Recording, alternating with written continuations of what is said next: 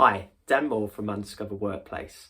So today I'm going to talk to you briefly just about how you plan or how you budget successfully for your office move.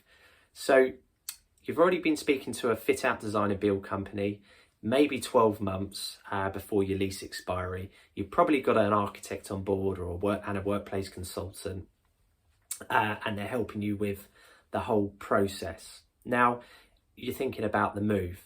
And you're thinking, well, how do I do it? What do I need to do? And what are the costs associated around it? Well, it's great because I'm going to give you a little bit of information around that. So in terms of timescales, you need to be thinking about 6 months roughly before your move date. Now, some people might think, crikey, that's quite far in advance. Well, it's not. You've probably been speaking to your fit out design and build companies and getting them on board 6 months before you talk to us. Now, you need to make sure you're costing and budgeting everything into the project. So don't ever miss out the move costs and some of the things that go around that.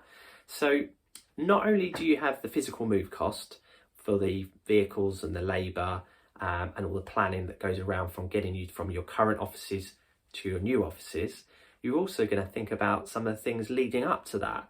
So you're going to have some marketing and printing costs possibly. You're moving offices, you're changing address. So you might have letterheads that need printing, or you might just need the redesign of your letterheads. So there'll be a cost associated to that. You're also going to think about, secure shredding costs. You might need a filing audit because you're going paperless, you're moving to the cloud, and then you're going to obviously have the secure shredding that goes with that. IT audit as well, what your current assets are. Do you need to buy any new IT? And also you need to set that up. So there's going to be some installation costs around that. You also might think about new furniture. So there'll be the purchasing of that, and also there might be recycling costs of some redundant furniture. And then you might have some people costs because planning for an office move and undertaking an office move is time consuming. So you might have some overtime costs around that. You might have to pull people out of your business to gather a project team. So some of their time is going to be taken up on that. Although if you employ a move manager, they'll be able to help you and guide you through and do a lot of the implementation around that. But obviously there's a consultancy cost for that as well. Then you're going to have possibly some building security costs. You might need lift engineers on the move days as well, just in case of any eventualities. And then you're going to obviously add some legal fees, some broker fees. You'll obviously factor it into the costs of dilapidations as well.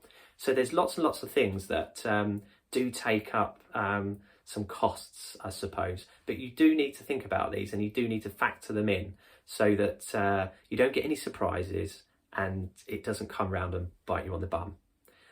So if you need any further advice, I'm more than happy to help, and I'll happily share with you our office moving budget tracker and our timeline. It is scenario based, so it's based on about 10,000 square foot. So some of these things do depend on the size of your offices, but the more time and the more planning you do, the better, and the better chance you're going to get your costs right.